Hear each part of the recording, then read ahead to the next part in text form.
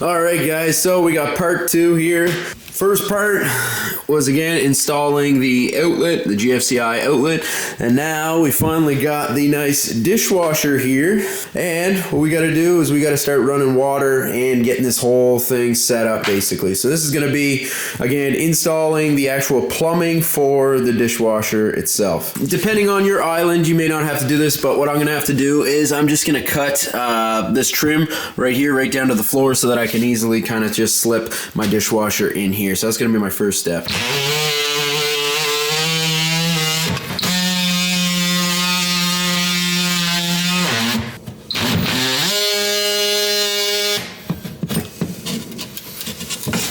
Alright, so let's just do a little dry run to see how this thing's going to fit.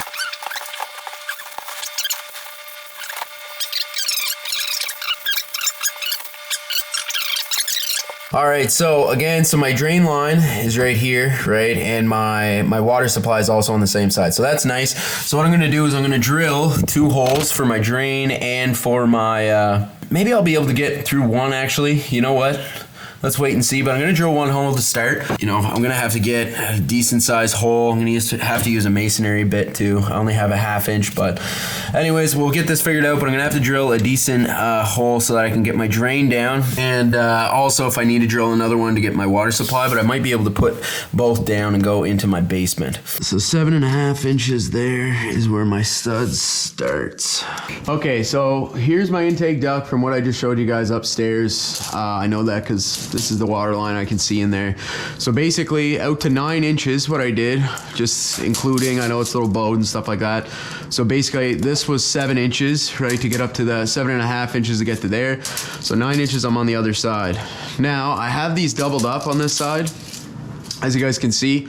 So I gotta take off another 1.5 inches for this this board here as well. So I have 13 inches between this and this.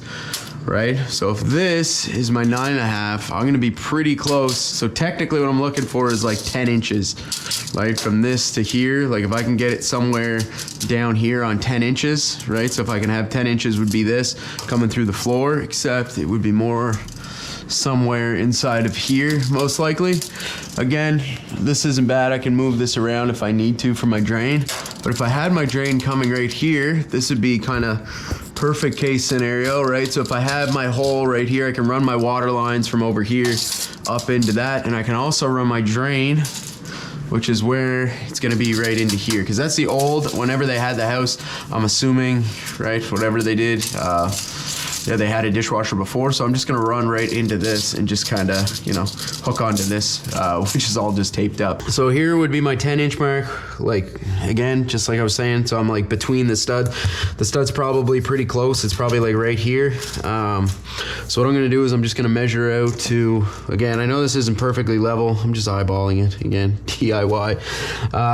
So what I'm gonna do is I'm just gonna put a little X here. So what I wanna do is I wanna, from this inside there on that side of the wall, I wanna go 12 inches technically, and then drill my hole there. If I wanna do something around here, that should technically be fine. Again, I should be able to drill my water line right there and everything be hunky-dory.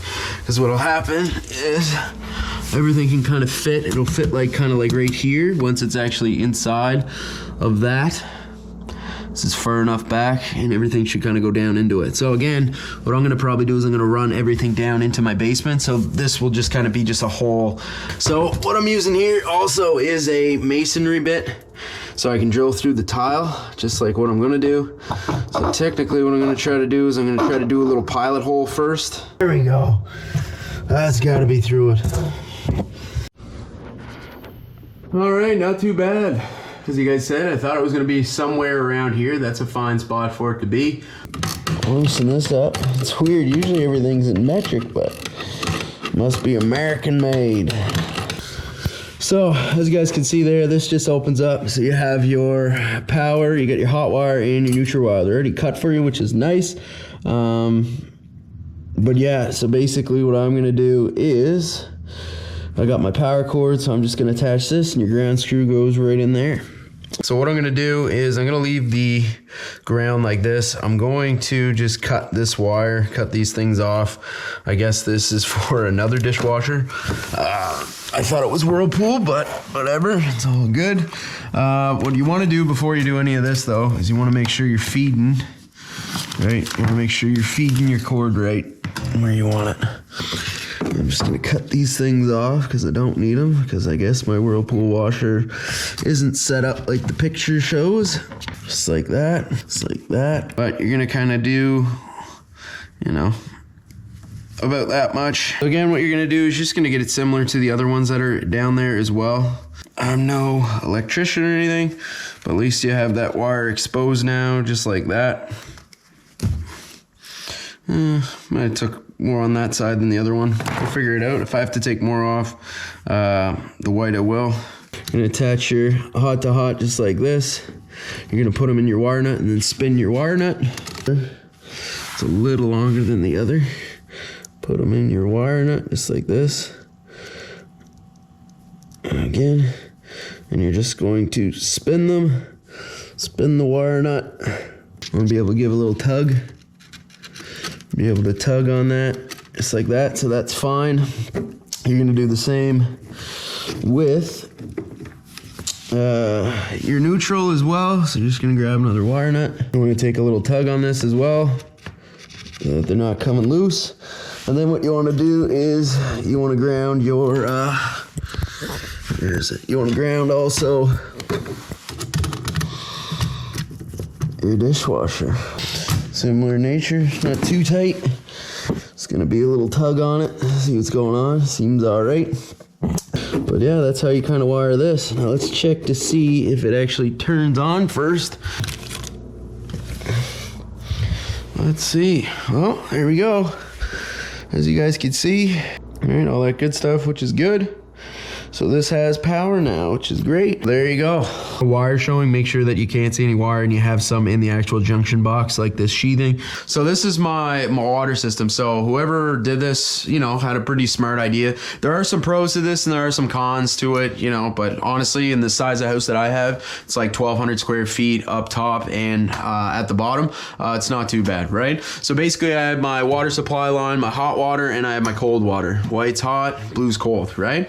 So basically what I'm gonna do is I have my kitchen, I have my lavatory and my bathroom, because I only have one bathroom right now, and I have my tub. This one isn't labeled, but there's only one other hot water source upstairs, which would be the washing machine. Now, me and my wife, we do not use hot water for anything, have not used hot water in our washing machine in the last 5 years. So this is actually very nice. I mean, if you really wanted to, you could technically, you know, do another straight line right straight up to the dishwasher. You know, that's possible. But what I'd have to do is I'd have to break off this connection, and you know, you could do it. These are just copper rings, and again, it's not something you wouldn't be able to do. But what I'm gonna do is I'm actually gonna tee in to this line right here, which is actually pretty easy. So what I'm gonna do right now is I'm just gonna shut that off, right? I'll show you, there's obviously water in the lines right now, it's pressurized. So you're gonna wanna grab a bucket. Fuck, there's actually, I think, just air. Oh, there you go. So there was not much in that at all, as you guys can see, because we don't use that line. And I'm assuming the guy before also did not use that line. I think it'll be something like that, which should be good. So that'll be my tee.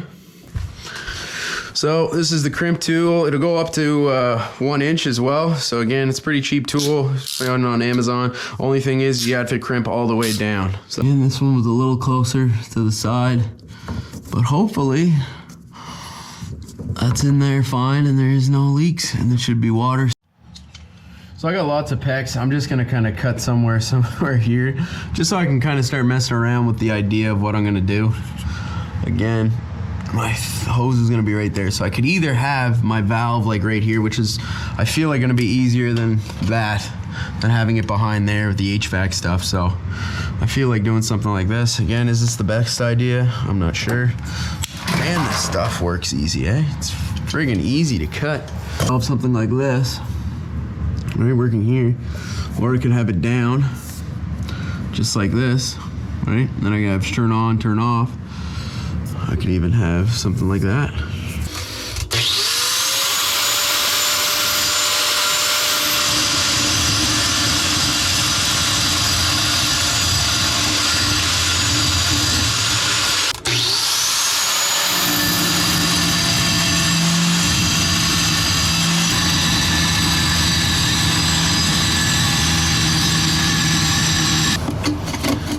I just had a chisel.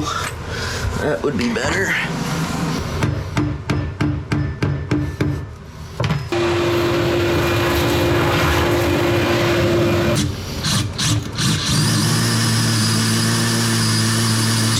Oh, there we go. Hopefully that didn't puncture that thing. Nope, I moved it, so that's good.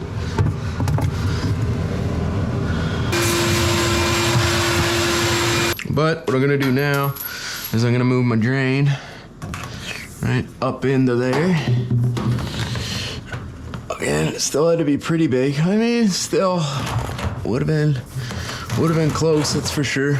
Again, if you guys, I didn't film this because this was actually already here. So this is that adapter for your drain. It's just like a Y, I think is what it's called, for the Y. So basically what they would have did is cut into the PVC and then added that as an attachment. So it's an old one because you can see the old drain up there as well. For the old dishwasher they would have had. So I just reusing that. If there is an issue, it looked pretty rusty to be honest, but I hose clamped it down. There's already water drained actually into my basement, into this bucket, because my wife was doing the dishes, and I'm assuming my P-trap was probably a little clogged up, so creates back pressure sometimes as well. Won't be an issue once I have this installed. So again, just gonna be using these for now. If I want to actually put it through the joist, I may do that someday. But as of right now, I'm just gonna be doing this. So game plan is just going to be to attach this drain, put a hose clamp on it. But I bought a 10-foot drain for this because I wasn't sure. Now again, 12 feet is what I googled is max for drainage to properly drain. So I'm a 10, so hopefully everything should be fine with that. What I'm gonna do is I'm just gonna put this in like that as far as it'll go.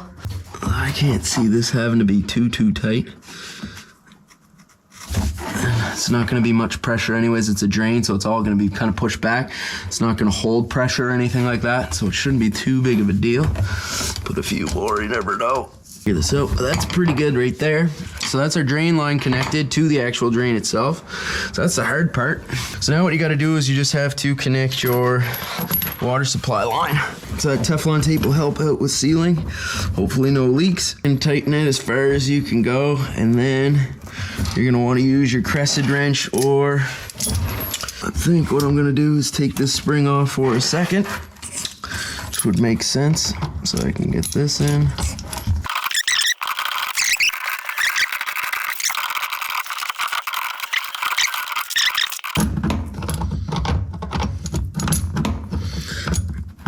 All right, we're gonna say that's pretty good right there. Again, we'll check. It's all in there. I used some Teflon tape again in there too as well. I couldn't get the tape, actually I used some of the glue. Some people say the tape's better, but I had to use the glue for that because it was awkward with this box right here. But yeah, so then we can kind of back this up and see if everything kind of fits in.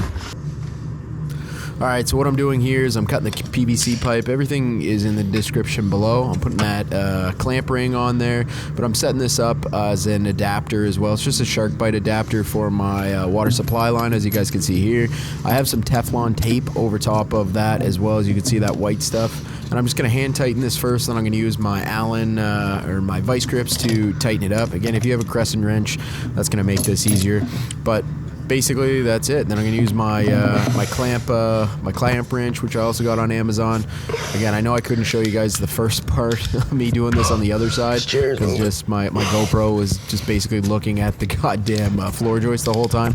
But yeah, I'm having a hard time because I'm on a twirly chair as well. But that's basically it. Just make sure it's all the way closed, and then that's all clamped up. Now I'm gonna turn the water on. Pretty cool noise. You hear the pressure basically go through the line. See any leaks right yet. And that's basically it. Now there's gonna be water going to my dishwasher, which is pretty cool.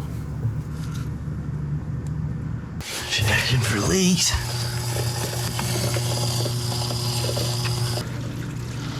Might have to put that there. Oh no. It is leaking right there. That's not good. Okay, so I gotta figure out if that's just rotted off or what to do there.